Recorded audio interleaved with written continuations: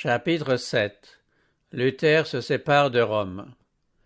Suscité à son heure pour réformer l'Église et éclairer le monde, Martin Luther a joué le rôle le plus considérable dans le grand mouvement réformateur du XVIe siècle. Zélé, ardent, pieux, ne connaissant aucune crainte sinon celle de Dieu, il n'admettait d'autre base de foi que les saintes Écritures. Comme les premiers héros de l'Évangile, Luther naquit dans la pauvreté. Ses premières années s'écoulèrent dans l'humble chaumière d'un mineur allemand. Son père, qui gagnait péniblement de quoi subvenir à ses études, désirait en faire un avocat. Mais Dieu le destinait à participer à la construction du vaste temple qui s'élevait lentement depuis des siècles. Une jeunesse indigente et une sévère discipline furent l'école par laquelle la sagesse infinie le prépara en vue de son importante carrière. Son père était un homme honnête, résolu, courageux, franc, à la fois intelligent et judicieux, obéissant à ses convictions sans s'inquiéter des conséquences. Son grand bon sens l'avait mis en défiance à l'égard de la vie monastique. Aussi, lorsque son fils entra au couvent sans son autorisation, il en fut vivement peiné et ne se réconcilia avec lui que 2 ans plus tard, sans avoir changé d'opinion. Les parents de Luther veillaient avec soin sur l'éducation de leurs enfants, s'efforçant de les instruire dans la connaissance de Dieu et de les guider dans la pratique des vertus chrétiennes. Souvent le jeune homme entendait son père demander dans ses prières que son enfant restât fidèle à Dieu et qu'il contribuât un jour à l'avancement de son règne. Saisissant avec empressement toutes les occasions de s'instruire, compatibles avec leur vie de labeur, le père et la mère travaillaient sans relâche à préparer leurs enfants en vue d'une vie pieuse et utile. Leur fermeté et leur énergie les portaient parfois à des excès de sévérité. Toutefois, le futur réformateur trouva plus tard dans cette discipline plus à apprécier qu'à blâmer. Il n'en put dire autant de ses premières années de classe, où il fut traité avec dureté, quelquefois même avec violence. La pauvreté de ses parents obligea le jeune Luther, qui avait quitté la maison paternelle pour aller étudier dans une autre ville, à chanter devant les maisons pour obtenir de la nourriture et de l'argent. Les moroses superstitions de l'époque, à travers lesquelles il envisageait l'avenir, jetaient l'effroi dans son cœur. Et c'est en tremblant, en proie à une terreur constante, qu'il se représentait Dieu non comme un tendre Père céleste, mais comme un être sévère, un juge impitoyable, un cruel tyran. En dépit de tant d'obstacles et de causes de découragement, il allait hardiment de l'avant à la conquête de l'idéal moral et intellectuel vers lequel il se sentait attiré. Sa soif de connaissance et la tournure pratique de son esprit lui faisaient préférer le solide et l'utile au clinquant et au superficiel.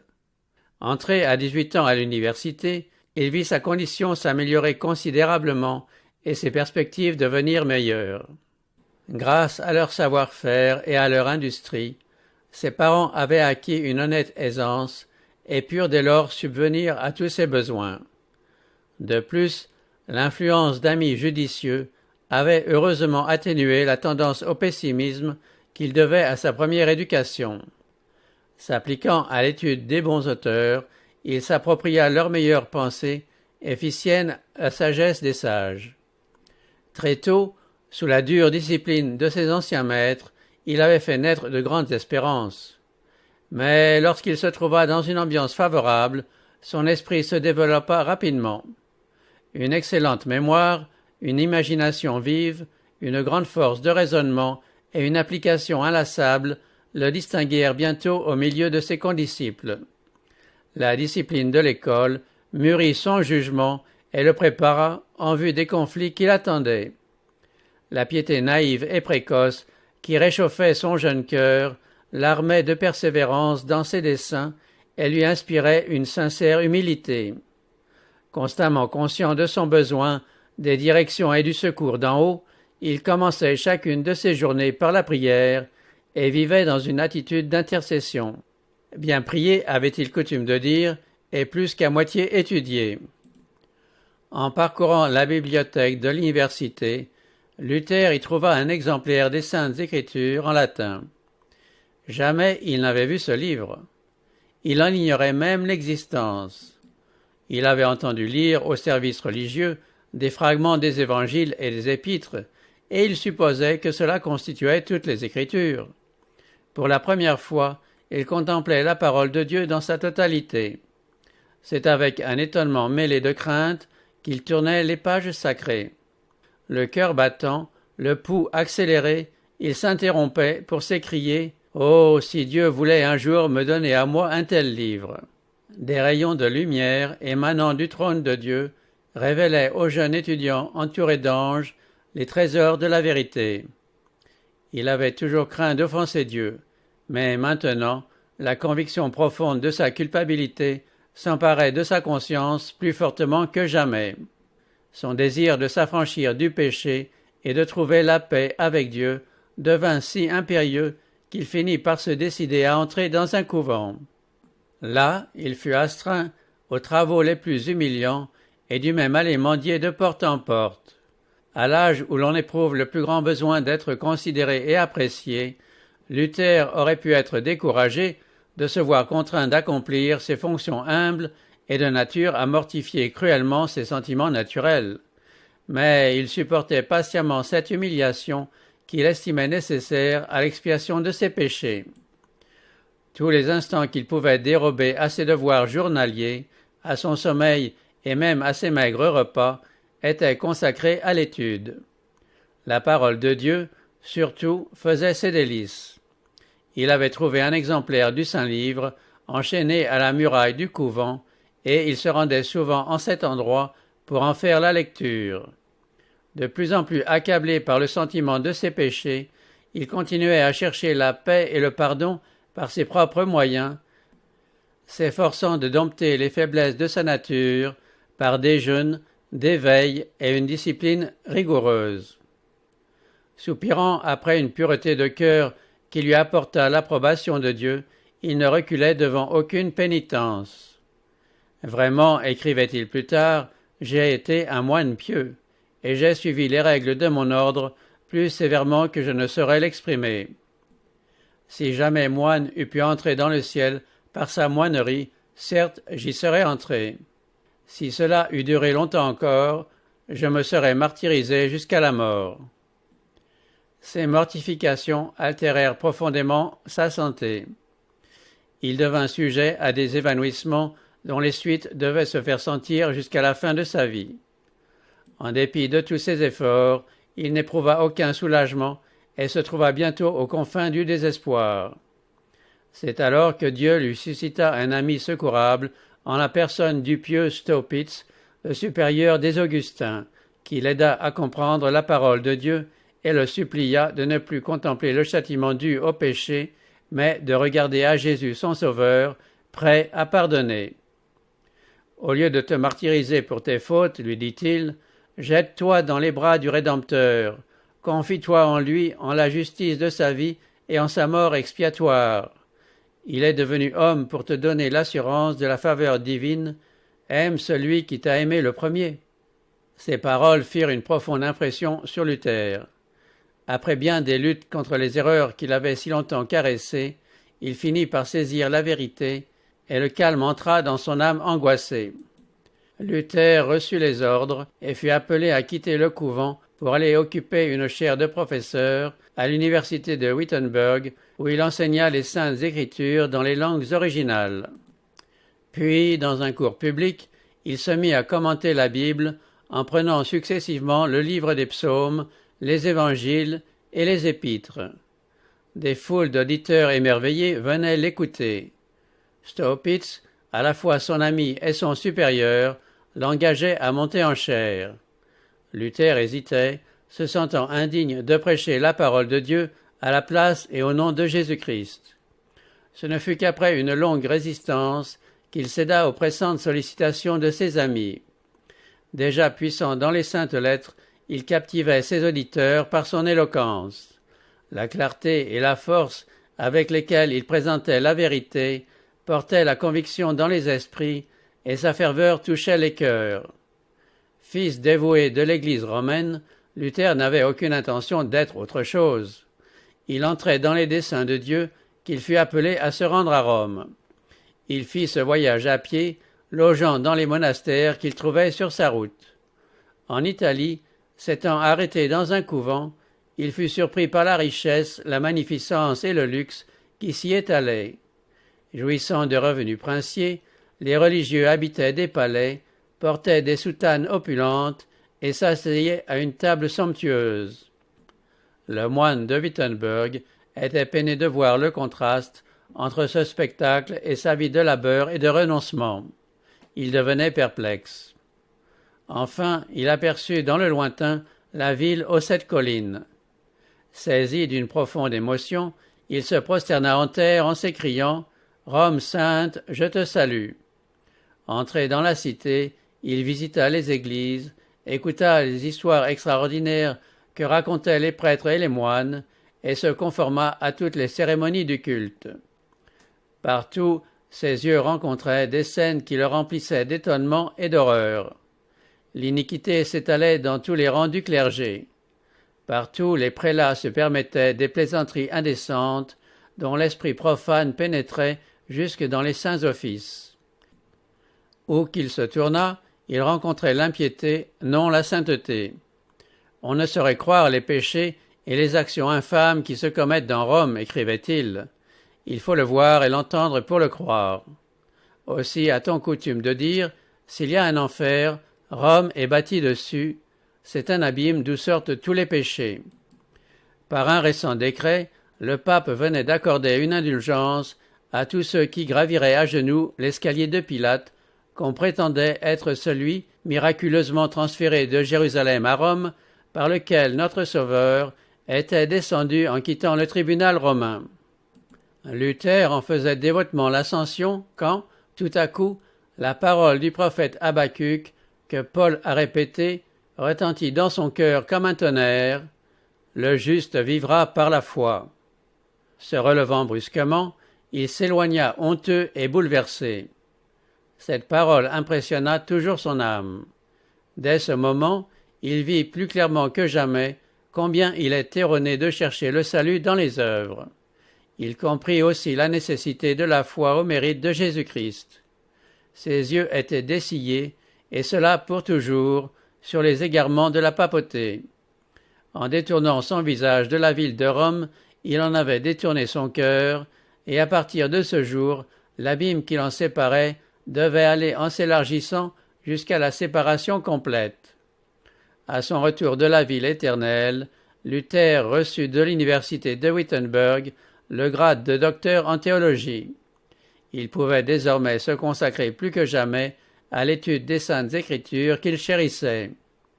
Il avait fait le vœu solennel d'étudier avec soin et de prêcher fidèlement tous les jours de sa vie la parole de Dieu et non les décisions et les doctrines des papes. Il n'était plus simplement moine ni professeur, mais héros autorisé des livres saints. Appelé à être berger du troupeau de Dieu, d'un troupeau ayant faim et soif de vérité, le nouveau docteur déclarait hautement que le chrétien ne peut recevoir d'autre doctrine que celle qui repose sur les écrits sacrés. Cette affirmation sapait la suprématie du pape. Elle contenait le principe vital de la réforme. Voyant combien il est dangereux d'accorder plus de crédit aux théories humaines qu'à la parole de Dieu, Luther attaquait hardiment l'incrédulité spéculative des savants et combattait à la fois la philosophie et la théologie qui, en Europe, dominaient les esprits. Il dénonçait ces études non seulement comme inutiles, mais comme pernicieuses, et s'efforçait de détourner ses auditeurs des sophismes des docteurs pour attirer leur attention sur les vérités éternelles exposées par les prophètes et les apôtres. Les foules suspendues aux lèvres du jeune docteur entendaient un message d'une douceur inconnue. Jamais de telles paroles n'avaient encore frappé leurs oreilles. L'heureuse nouvelle de l'amour d'un sauveur, l'assurance du pardon et de la paix par la foi en son sang expiatoire, réjouissait les cœurs et y versait une espérance immortelle. La lumière qui brillait à Wittenberg devait rayonner jusqu'aux extrémités de la terre, et son éclat s'intensifier jusqu'à la fin des temps. Comme le conflit entre la lumière et les ténèbres est irréductible, ainsi il n'y a pas d'entente possible entre la vérité et l'erreur. Proclamer, établir l'une, c'est attaquer et renverser l'autre. Notre Sauveur a dit lui-même « Je ne suis pas venu apporter la paix, mais l'épée ». Au début de la Réforme, Luther disait « Dieu ne me conduit pas, il me pousse, il m'enlève. Je ne suis pas maître de moi-même, je voudrais vivre dans le repos, mais je suis précipité au milieu du tumulte et des révolutions. » Il allait maintenant être jeté dans l'arène. L'Église romaine avait fait trafic de la grâce de Dieu. Les tables d'échangeurs s'étaient dressées auprès des autels et l'air retentissait des éclats de voix des vendeurs et des acheteurs. Sous prétexte de réunir des fonds en vue de l'érection de la basilique de Saint-Pierre à Rome, le pape avait ordonné la vente publique des indulgences. Avec le prix du crime et sur la pierre angulaire de l'iniquité, on érigeait un temple à Dieu. Mais l'expédient même dont Rome se servait allait asséner un coup mortel à sa puissance et à sa grandeur. Ce trafic allait susciter à la papauté son ennemi le plus résolu et le plus redoutable et déclencher une bataille qui allait ébranler le trône papal au point de faire chanceler la triple couronne sur la tête du souverain pontife. C'est Jean Tetzel qui fut choisi pour la vente des indulgences en Allemagne. Convaincu de délits inavouables contre la société et contre la loi de Dieu, il avait réussi à se soustraire au juste châtiment de ses crimes. Il fut désigné pour exécuter les projets intéressés et sacrilèges du Saint-Siège. Débitant des histoires invraisemblables et des contes merveilleux, il trompait effrontément un peuple ignorant, crédule et superstitieux qui, s'il avait été en possession de la parole de Dieu, ne se serait pas laissé abuser de la sorte. Mais on avait privé les gens des Saintes Écritures pour les tenir sous le joug de la papauté et les employer à accroître les richesses et la puissance des dignitaires de l'Église. Tetzel entrait dans une localité précédé d'un héros qui criait « Nous vous apportons la grâce de Dieu et du Saint-Père » et le peuple d'accueillir l'imposteur comme s'il avait été Dieu lui-même venu sur terre. L'infâme marché s'ouvrait dans l'Église. Du haut de la chaire, Tetzel exaltait les indulgences comme le plus précieux don du ciel. « Venez, disait-il, je vous donnerai des lettres dûment scellées, par lesquelles les péchés mêmes que vous aurez l'intention de commettre vous seront tous pardonnés. Il y a plus, ajouta-t-il, les indulgences ne sauvent pas seulement les vivants, elles sauvent aussi les morts. À peine l'argent a-t-il sonné dans ma caisse que l'âme s'élance hors du purgatoire et prend son vol vers le ciel. Simon le magicien avait autrefois offert de l'argent aux apôtres en échange du don des miracles. Pierre lui avait dit « Que ton argent périsse avec toi, puisque tu as cru que le don de Dieu s'acquérait à prix d'argent. » Mais l'offre de Tetzel était acceptée avec empressement par des milliers de gens. L'argent et l'or affluaient dans ses caisses. Un salut à prix d'argent est plus facile à obtenir que celui qui exige la conversion, la foi et une lutte persévérante contre le péché. La doctrine des indulgences trouva cependant des contradicteurs dans l'Église romaine. C'étaient des hommes savants et pieux qui n'accordaient aucune confiance à des prétentions aussi contraires à la raison et à l'Écriture. Mais aucun prélat n'osait élever la voix contre cet odieux trafic. Le malaise commençant à se faire sentir, plusieurs se demandaient avec angoisse si Dieu ne susciterait pas quelque instrument pour purifier son Église. Bien que Luther fût encore un fervent papiste, il était rempli d'horreur à l'ouïe des déclarations blasphématoires des marchands d'indulgence. Plusieurs de ses auditeurs, qui avaient acheté ses certificats de pardon, vinrent bientôt lui confesser leurs divers péchés et lui en demander l'absolution, non pas qu'ils en eussent des remords sincères, mais uniquement en vertu de leurs indulgences. Luther la leur refusa et leur déclara tout net que sans repentance et sans conversion, ils périraient dans leurs péchés. Très perplexes, ces gens se hâtèrent de retourner vers Tetzel pour l'informer qu'un moine augustin ne faisait aucun cas de ces lettres de pardon. Quelques-uns même demandaient hardiment le remboursement de leur argent. À cette nouvelle, Tetzel rugit de colère et se livra en chair à de terribles imprécations. À plusieurs reprises, il fit allumer un feu sur la grande place en déclarant qu'il avait reçu du pape l'ordre de brûler tous les hérétiques qui oseraient s'élever contre ces très saintes indulgences. Luther entra alors résolument dans la lice comme champion de la vérité. Montant en chair, il fit entendre de solennels avertissements. Mettant en relief la nature odieuse du péché, il affirma qu'il est impossible à l'homme, par ses propres efforts, d'atténuer sa culpabilité ou d'éluder le châtiment de Dieu. Seule la repentance et la foi en Jésus-Christ peuvent sauver le pécheur. La grâce, don gratuit de Dieu, ne s'obtenant pas à prix d'argent, Luther conseillait à ses auditeurs non d'acheter des indulgences, mais de compter avec foi sur un sauveur crucifié. Relatant sa douloureuse recherche du salut par les humiliations et les pénitences, il les assura qu'il n'avait trouvé paix et joie qu'en détachant ses regards de ses propres mérites pour les porter sur Jésus-Christ. Tetzel continuant son trafic, Luther résolut de protester énergiquement contre ces criants abus. Il en eut bientôt l'occasion. L'église du château de Wittenberg possédait plusieurs reliques qu'en certains jours de fête on exhibait aux yeux du peuple. Ces jours-là, une indulgence plénière était accordée à ceux qui, après avoir visité l'église, faisaient leur confession. L'affluence à ces fêtes était considérable. L'une des plus importantes, celle de la Toussaint, approchait. Le jour précédent, Luther, en présence d'une foule de fidèles, afficha sur la porte de l'église un placard portant 95 thèses contre la doctrine des indulgences. Ces thèses, il se déclarait prêt à les défendre le lendemain à l'université contre toute personne qui croirait devoir les attaquer. Ces propositions attirèrent l'attention générale. Elles furent lues, relues et répétées dans toute la région. Une grande agitation régnait à l'université et dans toute la ville. Ces thèses établissaient que le pouvoir de pardonner les péchés et d'en remettre la peine n'avait jamais été confié ni au pape ni à aucun homme.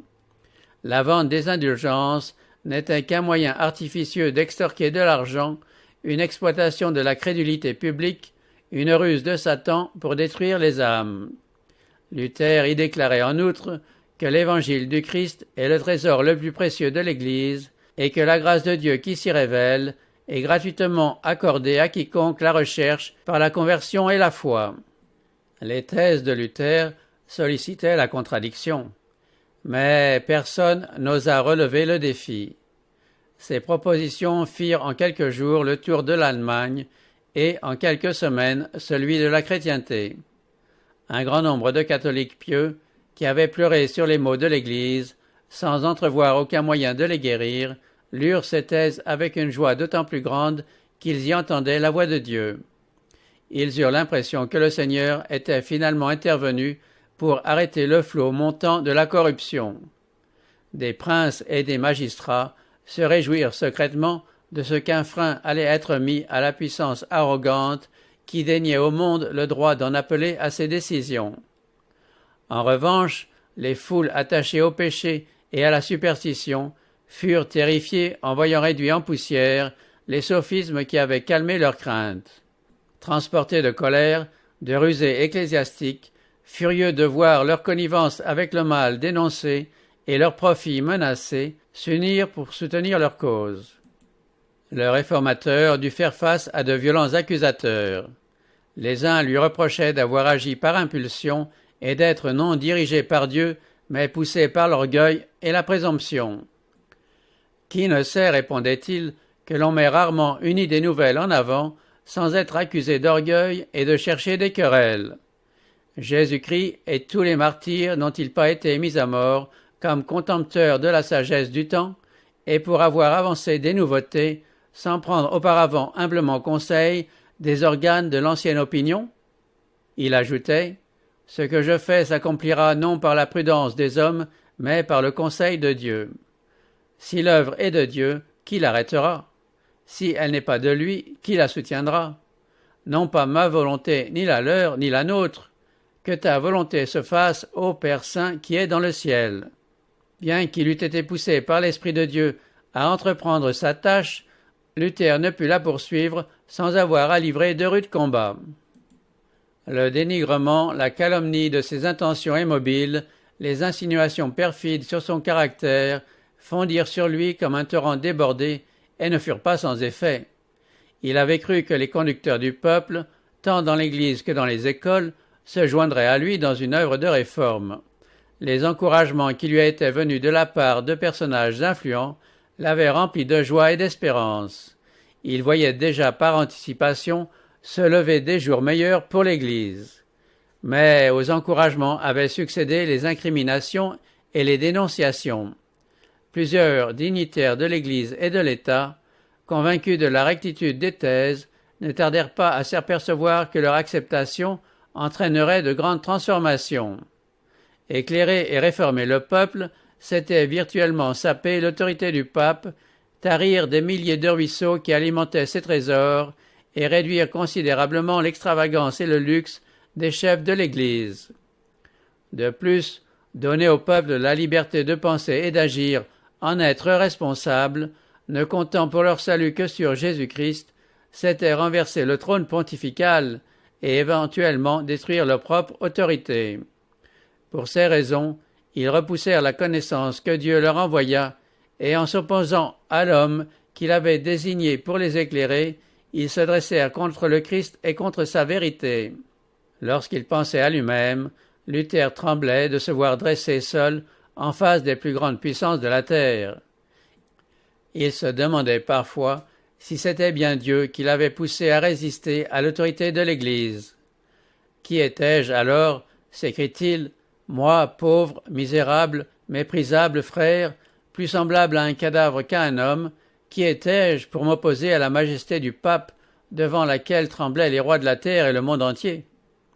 Personne ne peut savoir ce que mon cœur a souffert dans ces 2 premières années, et dans quel abattement, je pourrais dire dans quel désespoir, j'ai souvent été plongé. » Mais Dieu ne le laissa pas sombrer dans le découragement.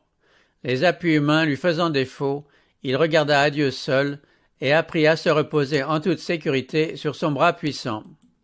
Luther écrivait à un ami de la Réforme « Il est très certain qu'on ne peut parvenir à comprendre les Écritures ni par l'étude ni par l'intelligence. Votre premier devoir est donc de commencer par la prière. Demandez au Seigneur qu'il daigne vous accorder en sa grande miséricorde la véritable intelligence de sa parole. Il n'y a point d'autre interprète de la parole de Dieu que l'auteur même de cette parole, selon ce qu'il a dit, ils seront tous enseignés de Dieu. N'espérez rien de vos travaux, rien de votre intelligence. Confiez-vous uniquement en Dieu et en l'influence de son esprit. Croyez-en un homme qui en a fait l'expérience. » Il y a là un enseignement vital pour toute personne qui se sent appelée de Dieu à présenter au monde les vérités solennelles relatives à notre temps. Ces vérités provoqueront l'inimitié de Satan et celle des hommes qui aiment l'erreur. Dans le conflit avec les puissances du mal, il faut plus qu'une haute intelligence et une sagesse purement humaine. Quand ses ennemis en appelaient aux usages et à la tradition, aux déclarations et à l'autorité du pape, Luther leur répondait par les Écritures et les Écritures seules. Il trouvait là des arguments irréfutables. Aussi, les suppôts du formalisme et de la superstition demandaient-ils son sang comme les Juifs avaient réclamé celui de Jésus. C'est un crime de haute trahison contre l'Église, disaient les zélateurs de Rome, que de laisser vivre 1 heure de plus un si horrible hérétique, qu'on lui dresse à l'instant même un échafaud. Mais Luther ne fut pas victime de leur fureur. Le Dieu dont il était l'ouvrier envoya ses anges pour le protéger. En revanche, plusieurs de ceux qui avaient reçu de lui la lumière furent les objets de la haine de Satan et endurèrent courageusement la souffrance et la mort pour l'amour de la vérité. Les enseignements de Luther retenaient dans toute l'Allemagne l'attention des hommes réfléchis. De ses sermons et de ses écrits émanaient des flots de lumière qui éclairaient des milliers de chercheurs. Une foi vivante se substituait au formalisme qui enchaînait l'Église et abattait les superstitions de Rome. Les préjugés tombaient. La parole de Dieu, à laquelle Luther soumettait toute doctrine et toute prétention, était une épée à deux tranchants qui pénétrait dans les cœurs. Partout se manifestait le désir de progresser dans la vie spirituelle. De toutes parts, on constatait une faim et une soif de justice qu'on n'avait pas vues depuis des siècles. Les regards du peuple, si longtemps fixés sur des rites et des médiateurs humains, se tournaient maintenant, suppliants et enthousiastes, vers le Christ crucifié. Cet intérêt général aviva les craintes des autorités de l'Église romaine. Luther fut sommé de se rendre à Rome pour y répondre de l'accusation d'hérésie. Cette sommation terrifia ses amis. Connaissant trop bien les dangers auxquels il serait exposé dans cette ville corrompue, déjà ivre du sang des martyrs de Jésus, ils protestèrent contre son départ et demandèrent qu'il fût jugé en Allemagne. Cette proposition finit par être agréée et un légat fut désigné pour diriger le procès. Dans les instructions que le pape lui donnait, le légat avait ordre de poursuivre et de contraindre sans aucun retard le dit Luther, qui a déjà été déclaré hérétique. S'il persiste dans son opiniâtreté, ajoutait le pape, et que vous ne puissiez vous rendre maître de lui, nous vous donnons le pouvoir de le proscrire dans tous les lieux de l'Allemagne, de bannir, de maudire, d'excommunier tous ceux qui lui sont attachés, et d'ordonner à tous les chrétiens de fuir sa présence. En outre, pour assurer l'extirpation complète de cette hérésie, le pape ordonnait d'excommunier, quelle que fût leur dignité dans l'Église ou dans l'État, l'empereur excepté, toutes les personnes qui refuseraient d'arrêter Luther ou ses adhérents pour les livrer à la vindicte de Rome. Ici se révélait le véritable esprit de la papauté. Dans tout ce document, aucune trace de christianisme ou même de justice élémentaire. Luther était à une grande distance de Rome.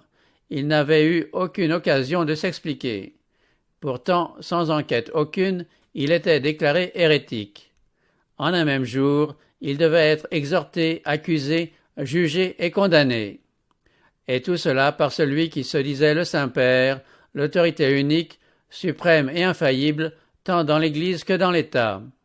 À ce moment-là, alors que Luther avait particulièrement besoin de conseils et de sympathie, Dieu envoya Mélenchon à Wittenberg.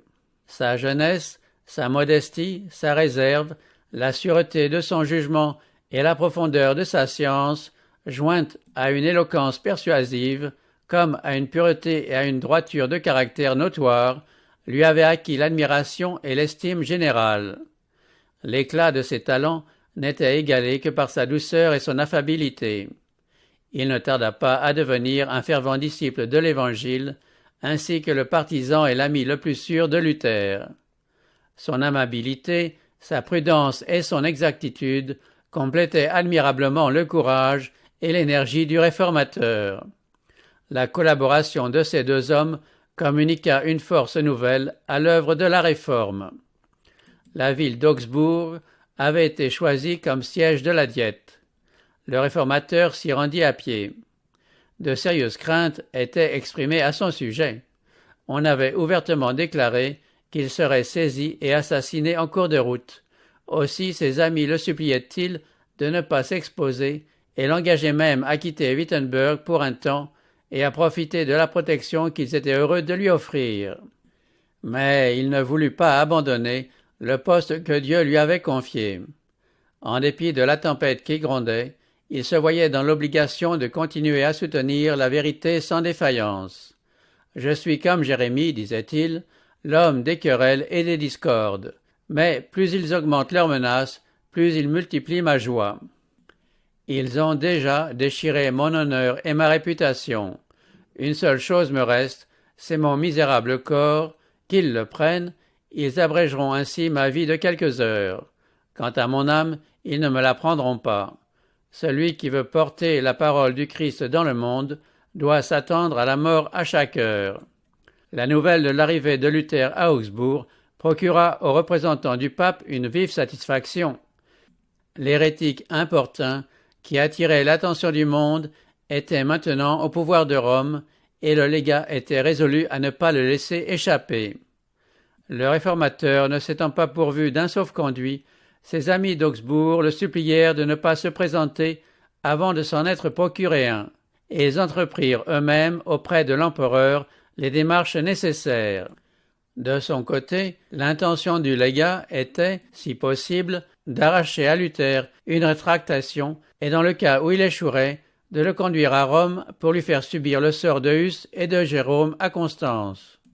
Par ses émissaires, il engagea Luther à se confier en sa clémence et à se présenter devant lui sans sauf-conduit.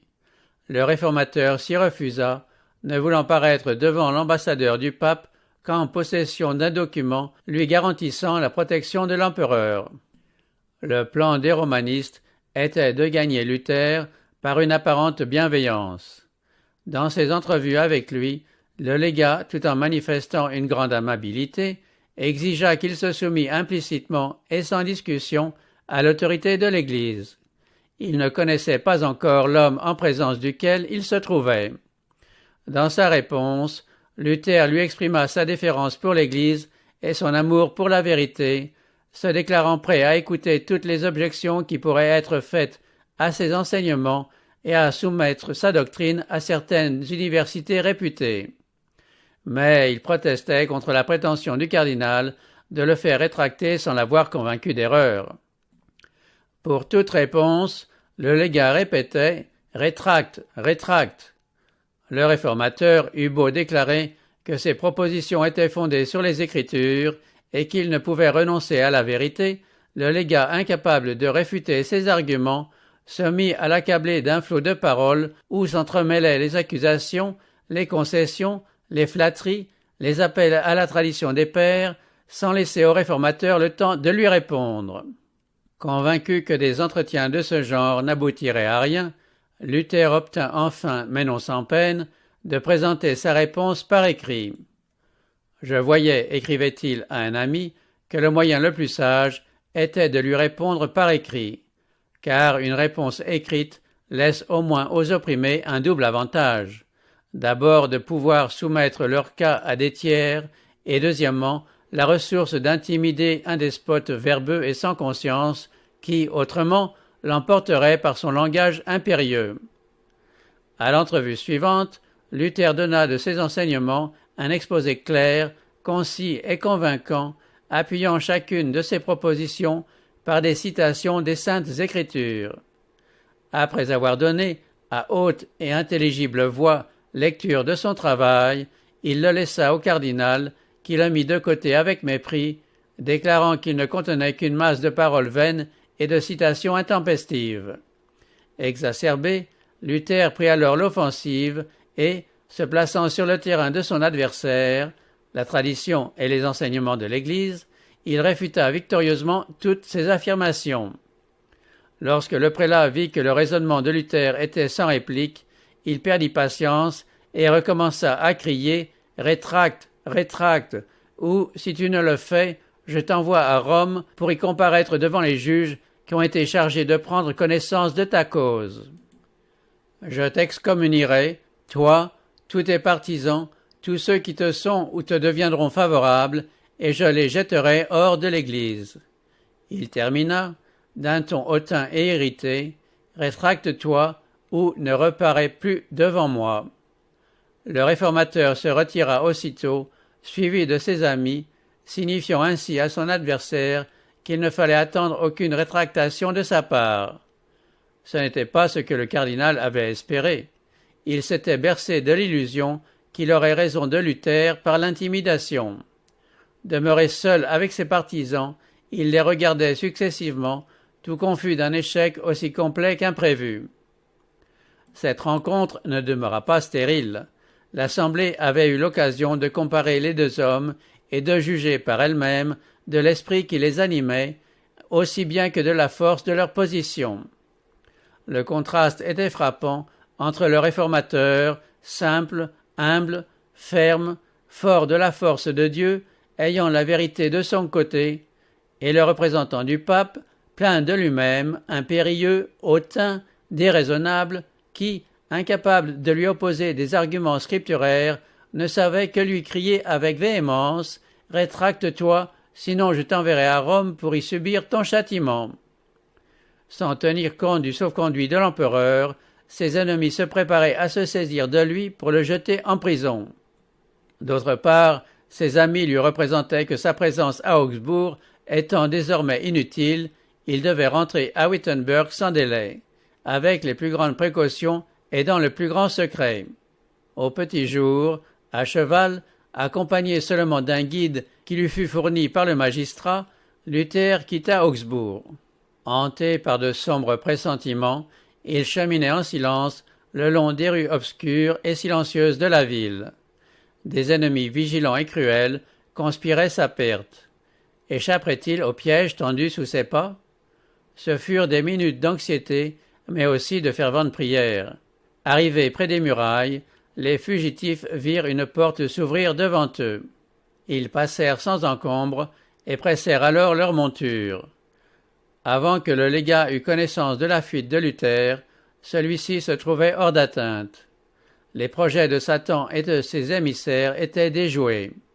L'homme qui croyait en leur pouvoir s'était évadé, l'oiseau avait échappé au piège de l'oiseleur. À cette nouvelle, le légat fut consterné. Il avait compté sur de grands honneurs en retour de la sagesse et de la fermeté dont il pensait avoir fait preuve à l'égard de ce contempteur de l'Église. Or, ses espérances étaient frustrées. Il donna libre cours à sa rage dans une lettre à l'électeur de Saxe, où il accusait amèrement le réformateur et exigeait que Frédéric envoyât celui-ci à Rome ou l'expulsât de la Saxe. L'électeur ne possédait alors qu'une connaissance bien superficielle de la doctrine réformée, mais il était impressionné par la loyauté, la force et la clarté des paroles de Luther. Aussi, Frédéric résolut-il de protéger le réformateur tant qu'il n'aurait pas été convaincu d'erreur. Dans sa défense, Luther avait en effet demandé que le légat ou le pape lui démontrât ses erreurs par les Écritures, s'engageant solennellement à renoncer à sa doctrine si elle était en conflit avec la parole de Dieu. L'électeur écrivit donc au légat « Puisque le docteur Martin a comparu devant vous à Augsbourg, vous devez être satisfait. Nous ne nous étions pas attendus que, sans l'avoir convaincu, vous prétendiez le contraindre à se rétracter. Aucun des savants qui se trouvent dans nos principautés ne nous a dit que la doctrine de Martin fût impie, antichrétienne et hérétique. Le prince refusa en outre d'envoyer Luther à Rome ou de le chasser de ses États. Les lecteurs constataient d'ailleurs que l'affaiblissement général de la moralité dans la société exigeait une grande œuvre de réforme. Ils comprenaient que toute l'organisation civile compliquée et onéreuse, destinée à restreindre et à punir le crime, deviendrait inutile si chacun reconnaissait les droits de Dieu et suivait les directions d'une conscience éclairée. Ils voyaient que les travaux de Luther visaient à cela, et il éprouvait une joie secrète à la pensée qu'une influence meilleure commençait à se faire sentir dans l'Église. Les lecteurs constataient en outre le plein succès de l'enseignement de Luther à l'université. Une année seulement s'était écoulée depuis que le réformateur avait affiché ses thèses à la porte de l'église du château. Mais le nombre des pèlerins qui la visitaient à la Toussaint avait déjà sensiblement diminué. Rome avait perdu des adorateurs et des offrandes, mais ceux-ci étaient remplacés par les étudiants en quête de science qui venaient remplir les auditoires de Wittenberg. Les écrits de Luther avaient suscité en tout lieu le désir d'étudier les Écritures, et ce n'était pas seulement de toutes les parties de l'Allemagne que les étudiants accouraient, mais aussi des pays voisins. Au moment où ils découvraient dans le lointain les clochers de cette ville, ces jeunes gens s'arrêtaient et élevaient les mains vers le ciel, louant Dieu de ce qu'il y faisait luire, comme autrefois de Sion, la lumière de la vérité, pour l'envoyer jusqu'aux contrées les plus éloignées. Luther n'avait encore que partiellement abandonné les erreurs du romanisme. Une comparaison des décrets et des constitutions de Rome avec les Saintes Écritures le jetait dans la plus profonde stupéfaction. « Je lis les décrets des pontifes, écrivait-il à Spalatin, et, je te le dis à l'oreille, je ne sais pas si le pape est l'antéchrist lui-même ou s'il est son apôtre, tellement Jésus y est dénaturé et crucifié. » Pourtant, Luther était encore un fils docile de l'Église romaine, et la pensée de se séparer de sa communion n'avait pas encore affleuré son esprit. Les écrits et la doctrine du réformateur s'étaient répandus dans toute la chrétienté. Leur influence se manifestait en Suisse et en Hollande. Des exemplaires de ces écrits avaient passé en France et en Espagne. En Angleterre, ces enseignements étaient reçus comme la parole de vie. La vérité avait aussi pénétré en Belgique et en Italie. Des milliers de gens avaient été arrachés à leur torpeur mortelle et goûtaient la joie d'une vie d'espérance et de foi. À Rome, l'exaspération grandissait à vue d'œil à l'ouïe des succès de Luther. Quelques-uns de ses adversaires les plus acharnés, même des professeurs d'université catholiques, déclaraient innocent celui qui le tuerait. Un jour, un étranger qui dissimulait un pistolet sous son habit s'approcha du réformateur et lui demanda pourquoi il sortait seul. « Je suis entre les mains de Dieu, répondit Luther. Il est ma force et mon bouclier. Que peut me faire l'homme mortel ?» Alors l'étranger pâlit et s'enfuit, comme s'il s'était trouvé en la présence d'un ange. Ces enseignements se répétaient en tout lieu, dans les chaumières et les couvents, dans les demeures des bourgeois et les châteaux des nobles, dans les académies et les palais des rois. De tous côtés, des hommes de cœur se levaient pour seconder le réformateur. Vers ce temps-là, Luther, lisant les ouvrages de Huss, constata que la grande vérité de la justification par la foi avait aussi été enseignée par le réformateur de la Bohême. Tous, s'écrit-il, Paul, Augustin et moi, nous sommes hussites sans le savoir. Dieu fera sans doute savoir au monde que la vérité lui a été présentée il y a un siècle et qu'il l'a brûlée. Dans un appel à l'empereur et à la noblesse d'Allemagne en faveur de la réformation de la chrétienté, Luther, parlant du pape, écrivait « C'est une chose horrible de voir celui qui s'appelle le vicaire de Jésus-Christ déployer une magnificence que celle d'aucun empereur n'égale. Est-ce là ressembler au pauvre Fils de Dieu ou à l'humble Saint-Pierre? Il est, prétend-il, le Seigneur du monde. Mais Jésus, dont il se vante d'être le vicaire, a dit « Mon règne n'est pas de ce monde ». Le règne d'un vicaire s'étendrait-il au-delà de celui de son Seigneur? Parlant des universités, il écrivait « Je crains fort que les universités ne soient de grandes portes de l'enfer si l'on ne s'applique pas avec soin à y expliquer la Sainte Écriture et à la graver dans le cœur des jeunes gens. Je ne conseille à personne de placer son enfant là où l'Écriture ne règne pas. Toute institution où l'on ne consulte pas sans relâche la parole de Dieu est vouée à la corruption. » Cet appel, qui eut un immense retentissement, ne tarda pas à se répandre dans toutes les parties de l'Allemagne. La nation entière en fut émue, et des foules se rallièrent sous les étendards de la Réforme. Brûlant du désir de se venger, les ennemis de Luther pressaient le pape de prendre contre lui des mesures décisives. Il fut décrété que sa doctrine serait immédiatement condamnée. 60 jours lui furent donnés à lui et à ses adhérents pour se rétracter ou, en cas de refus, être excommuniés. Ce fut une épreuve terrible pour la Réforme.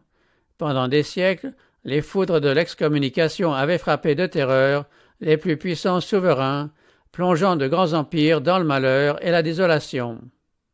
Ceux qui en étaient les objets étaient regardés avec horreur. Traités en parias, ils étaient retranchés de la communion de leurs semblables, traqués et mis à mort. Luther ne fermait pas les yeux sur la tempête qui grondait sur sa tête, mais il demeurait ferme, assuré que Jésus-Christ serait son défenseur et son bouclier. Animé de la foi et du courage d'un martyr, il écrivait « Que va-t-il arriver, je l'ignore. Où que ce soit que le coup frappe, je suis sans crainte.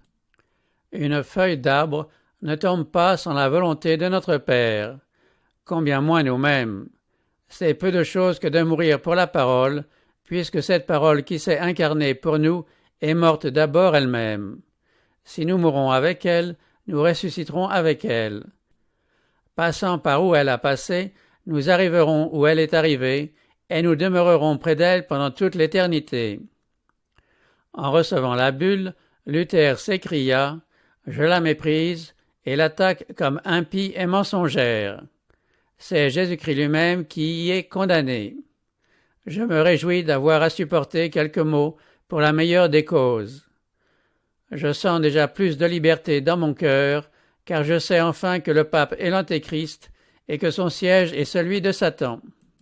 Le document papal ne resta pas sans effet. La prison, l'épée, la torture étaient des moyens employés pour imposer l'obéissance. Les faibles et les superstitieux tremblèrent, et, bien que les sympathies allassent généralement vers Luther, on n'était pas disposé à risquer sa vie pour la cause de la réforme. Selon toute apparence, l'œuvre du réformateur touchait à son terme.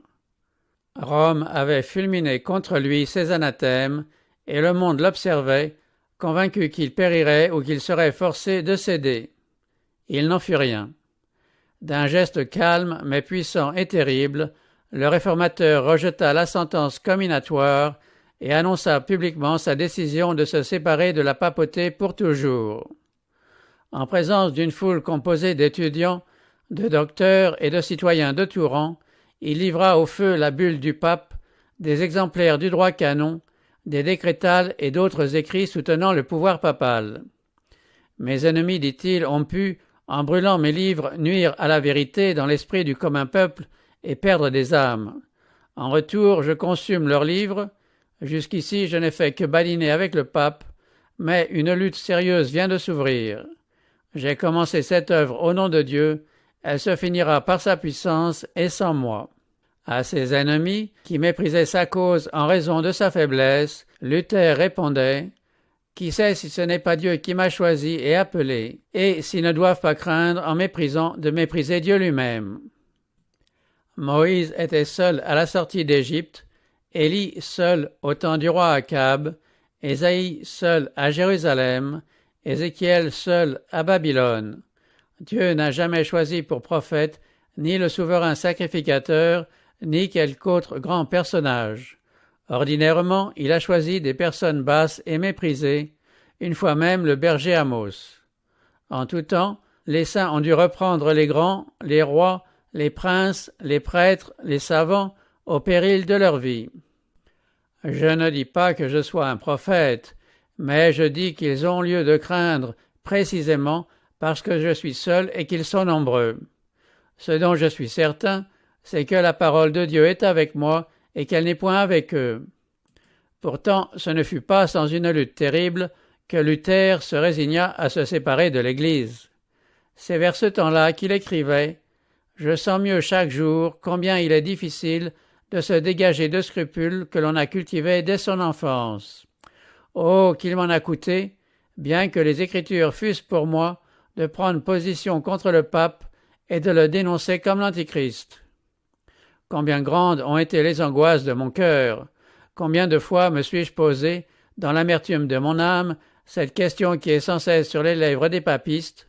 Es-tu le seul sage? Tout le reste du monde est-il depuis si longtemps dans l'erreur?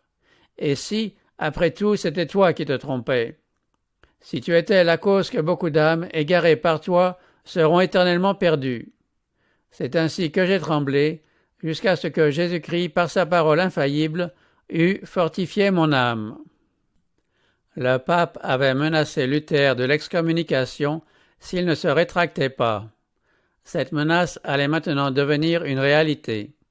Une nouvelle bulle parut qui déclarait Luther séparé de l'Église et maudit du ciel.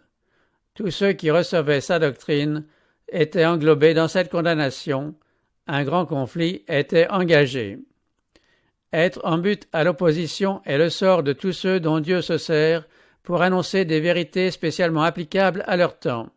Or, il y avait au jour de Luther une vérité présente d'une importance capitale, de même qu'il y a une vérité présente pour notre époque. Celui qui gouverne le monde, selon les conseils de sa volonté, a jugé bon de susciter des hommes auxquels il confie un message spécialement destiné au temps où ils vivent et adapté aux conditions dans lesquelles ils sont placés. Si ces hommes apprécient la lumière qui leur est offerte, des horizons plus vastes s'ouvriront devant eux. Mais la majorité des gens n'apprécient pas plus la vérité aujourd'hui que les partisans du pape au temps de Luther. comme dans les siècles passés, on est enclin à suivre les théories et les traditions des hommes plutôt que la parole de Dieu. Il ne faut pas que ceux qui présentent la vérité pour notre époque s'attendent à être accueillis avec plus de faveur que les réformateurs des temps passés. La grande lutte entre la vérité et l'erreur, entre le Christ et Satan, augmentera d'intensité jusqu'à la fin de l'histoire du monde.